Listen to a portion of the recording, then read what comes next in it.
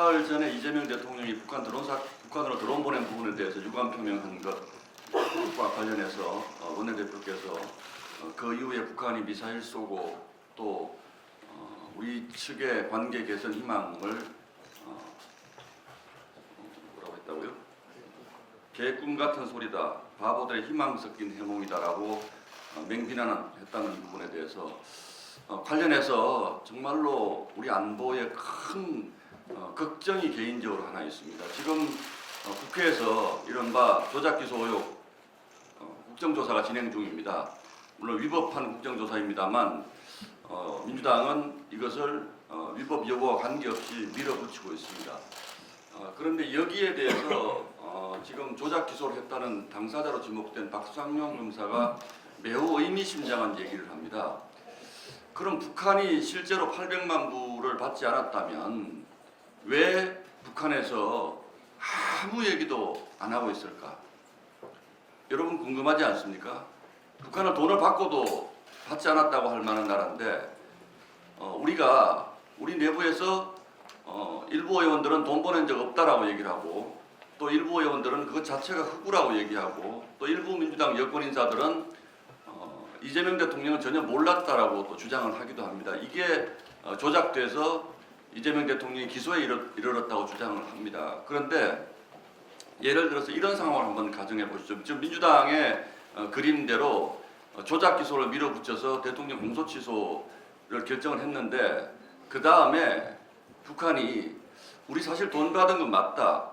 그리고 그것이 이재명 당시 경기지사의 방북을 대가로 해서 돈을 받은 것이 맞다라고 북한이 주장을 하고 났으면 그 이후에 벌어질 혼란을 우리 대한민국이 감당할 수 있겠습니까?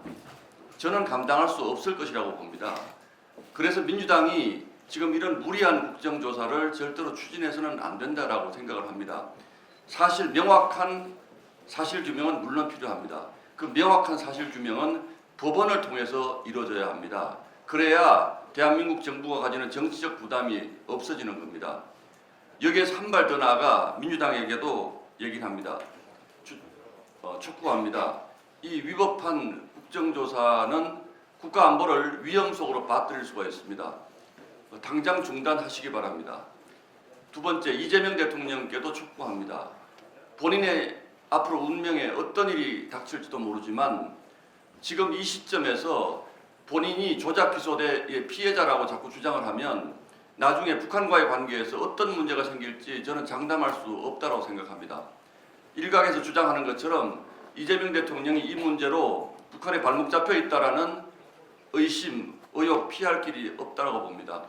저는 그래서 이재명 대통령 역시 이 청문회에 대해서 더 이상 청문회를 진행하지 말아달라고 민주당에 말씀을 하시고 그리고 집권 이후에 퇴임 이후에 모든 국민들과 동등하게 재판을 통해서 본인이 무고하다면 이 사실에 대해서 진위를 밝히겠다라고 선언을 해주시기를 부탁드립니다. 그리고 세 번째, 이런 문제 때문에 혹시 집권 연장 개헌을 꿈꾸신다면 당장 포기하시는 것이 좋습니다. 그래서 개헌에 본인이 집권 연장을 위한 개헌도 원치 않는다. 또 임기가 끝나고 나면 이 대북 송금 사건을 비롯한 다른 모든 의혹 사건에 대해서 재판을 통해서 정정당당하게 본인의 주장을 해나가겠다는 선언을 지금 하지 않는다면 특히 이 대북 송금 문제는 우리 대한민국 안보에 매우 심각한 위해를 끼칠 수도 있다는 점을 다시 한번 말씀드립니다. 이상입니다.